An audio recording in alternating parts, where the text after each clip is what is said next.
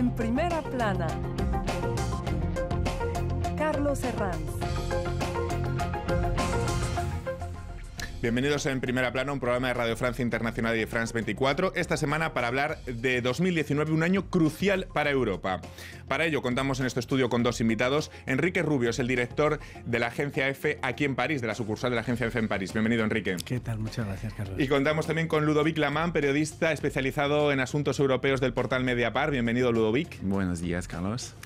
2019, año crucial para Europa, hoy en Primera Plana. Bueno, pues vamos a hablar de Europa en nuestro primer programa del año. Un año decisivo para el continente, especialmente en las primeras semanas en las que deben consumarse el Brexit, el divorcio del Reino Unido de la Unión Europea. ¿Hasta qué punto será doloroso? Y también la influencia que este Brexit va a tener en la campaña a las elecciones del Parlamento Europeo del próximo mes de mayo, con la dupla Merkel y Macron muy debilitada y con el estratega Steve Bannon haciendo campaña por los populismos, por los nacionalismos en varios países de la Unión Europea. Vamos a ver cómo afronta Europa este año crucial. Antes, algunas portadas de la prensa. Por ejemplo, la del belga Le Soir, que ha dedicado su primer número del año a las perspectivas de 2019, situando el Brexit y las elecciones al Parlamento Europeo como asuntos cruciales. En Italia, El Zócalo titula La Europa. Dice el rotativo que el continente se encuentra ante las elecciones más cruciales de su historia. Y el diario anti-Brexit The New European nos trajo esta portada para despedir el año. ¡Boom! La semana más explosiva para la política británica en 60 años. Este diario pide abiertamente un segundo referéndum para arreglar el desaguisado del Brexit. Enrique, 2019, ¿cómo afronta Europa este año tan crucial? Pues es evidente que a veces parece que los adjetivos se quedan cortos para definir ante lo que estamos, ¿no? Parece que es el año de lo que se ha planteado como la gran batalla, que va a tener dos grandes frentes. Va a tener el frente, como apuntaba, del Brexit. Por un lado, ¿qué va a suceder? ¿Se va a consumar el divorcio? ¿Va a ser tan traumático como algunos auguran? ¿Se va a ir posponiendo sine die, que es otra opción? ¿Va a haber un segundo referéndum? Eso lo sabremos pronto, primero después de la votación que tendrá lugar en el Parlamento de aquí a 2 semanas, y después está la cita de las elecciones europeas, que sin duda va a marcar un poco el rumbo de cuál va a ser el futuro de la Unión Europea para la próxima década mínimo. Entonces, hay que ver cuáles son las tendencias que se van apuntando, sobre todo a partir de lo que pase en el Reino Unido. Creo que eso va a ser muy definitorio, creo que va a marcar mucho el paso de lo que suceda detrás, al margen de la campaña que, como bien apuntabas, puedan llevar a cabo Matteo Salvini, el italiano, junto a Bannon, en esta gran internacional del populismo de ultraderecha, como se quiera llamar, para intentar reforzar el papel de las naciones e ir minando un poquito el papel de la Unión Europea, que parece que en el fondo es a lo que aspiran, ¿no? Es decir, no tanto a reformar la Unión Europea, sino a hacer una labor de menoscabo y de minado dentro de las propias instituciones. La fecha que está señalada en rojo en el calendario es el próximo 29 de marzo, cuando debe abandonar el Reino Unido de la Unión Europea. Esa es la fecha clave, pero hasta entonces el divorcio parece que no traerá ventajas para nadie. No sé si se trata de mitigar los daños, de minimizarlos cuanto menos. Por ello todavía estamos hablando de Brexit con acuerdo, Brexit sin acuerdo, no Brexit. ¿Puede pasar un no Brexit aún, Ludovic?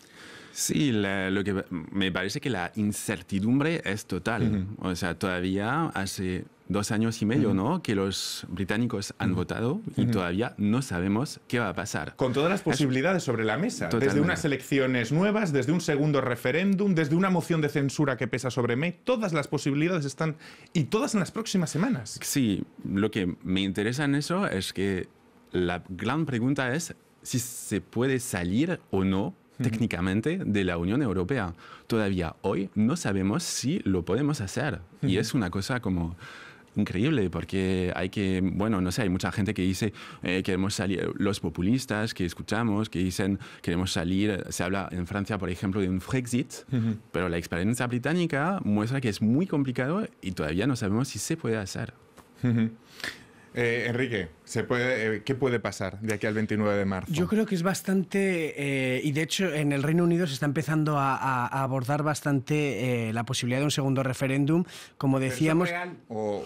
Es real, vamos más a una ver. petición... Es vital en este caso la posición que puedan tener los laboristas y particularmente Jeremy Corbyn, su líder, porque ahora mismo el proceso del Brexit encierra muchísimas paradojas dentro de sí mismo. Y una de esas paradojas es que, por ejemplo, la gran parte de los votantes laboristas del Partido Laborista de Corbyn apoyan la celebración de un segundo referéndum. Creo que ha habido una encuesta estos últimos días que decían que 3/4 partes de esos votantes apoyan la celebración del segundo referéndum. ¿Qué ocurre? Tienen un líder que no da prioridad a un segundo referéndum.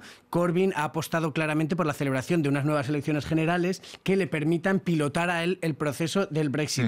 Es una persona que además en su día nunca ha sido especialmente simpatizante de la Unión Europea y que de alguna forma apoyó el Brexit, con lo cual el Partido Laborista está encerrado dentro de esa paradoja, por no hablar del partido gobernante, de los conservadores, que tienen dentro de sí todas las líneas imaginables, los partidarios del Brexit duro, los partidarios de un segundo referéndum, de mantenerse en la Unión Europea, con lo cual yo creo, como apuntaba Ludovic, que no se puede descartar nada. Es muy importante qué va a suceder en esa votación en la Cámara de los Comunes de aquí a 2 semanas, en la que se verá, se escenificará el fracaso del proyecto de Brexit de Theresa May, y a partir de ese momento habrá que ver cómo se definen las posiciones e insisto, habrá que ver qué camino, qué rumbo toman los laboristas, porque puede ser bastante indicativo de lo que nos espera. Y luego tenemos cómo todo este asunto del Brexit va a influir en la campaña de las elecciones europeas. Por un lado tenemos a los europeístas que pretenderán jugar la carta de lo que cuesta, demostrar lo que cuesta al Reino Unido salir de la Unión Europea, una especie de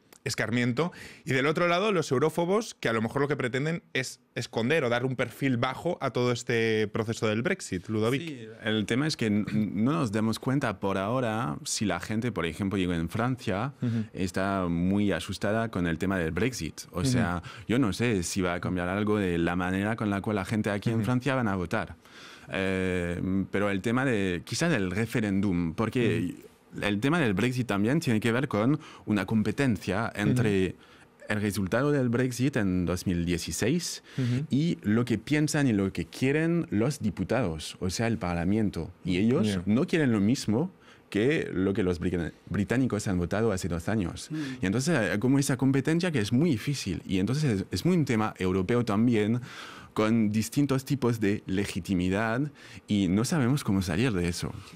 Acaba de decir, por ejemplo, el ministro para el Brexit, el nuevo ministro para el Brexit británico, Stephen Barclay, acaba de decir que él cree que un segundo referéndum solo dividiría más a la población. Bueno, yo creo que la población, teniendo en cuenta el resultado del primer referéndum, que fue de un 51% a favor del sí del Brexit y un 48% a favor de quedarse en la Unión Europea, ya está bastante dividida. Es decir, la asunción de que esto dividirá todavía más a la población británica, yo creo que ya está bastante dividida ahora mismo, con lo cual habría que ver si es verdad que un segundo referéndum, cuando empiecen a salir encuestas de verdad, si es factible un segundo referéndum y qué resultado saldría, probablemente vayamos viendo un poco más claro si es real, si esa división se va a mantener. Un segundo referéndum también es como decirle a la gente: no nos gusta lo que han votado, voten de nuevo a ver si arreglamos esto. Eso, incluso hay el tema de la fecha también, porque el calendario justo a finales de marzo. No tenemos tiempo para un segundo referéndum, salvo si la Unión Europea decide que va a cambiar la deadline de finales de marzo.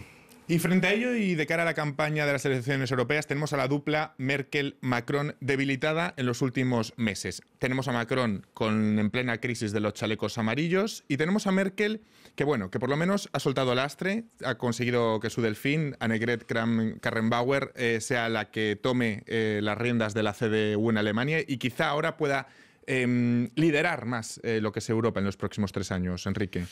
Bueno, eso es una posibilidad. Yo creo que está bien apuntado el tiro hacia Merkel, hacia la Alemania de Merkel, pero yo ampliaría un poquito más el foco, y creo que va a ser decisivo en estas próximas elecciones y sobre todo en el próximo Parlamento Europeo que se constituya la posición global de la derecha europea, de los conservadores. Es decir, se va a imponer la vía orbanita de Víctor Orbán, del húngaro, que es más reacia hacia la Unión Europea, más proclive hacia las alianzas con con el populismo de ultraderecha. Se va a imponer la vía más liberal, moderada, liberal de la Alemania de Merkel. Eso está por ver. Es decir, esto lo hemos visto, de hecho, con las votaciones sobre Hungría en el Parlamento Europeo. Se ha visto que la derecha europea está dividida. Es decir, la derecha europea, hay una derecha, hay ciertos partidos conservadores europeos que son más proclives hacia una buena relación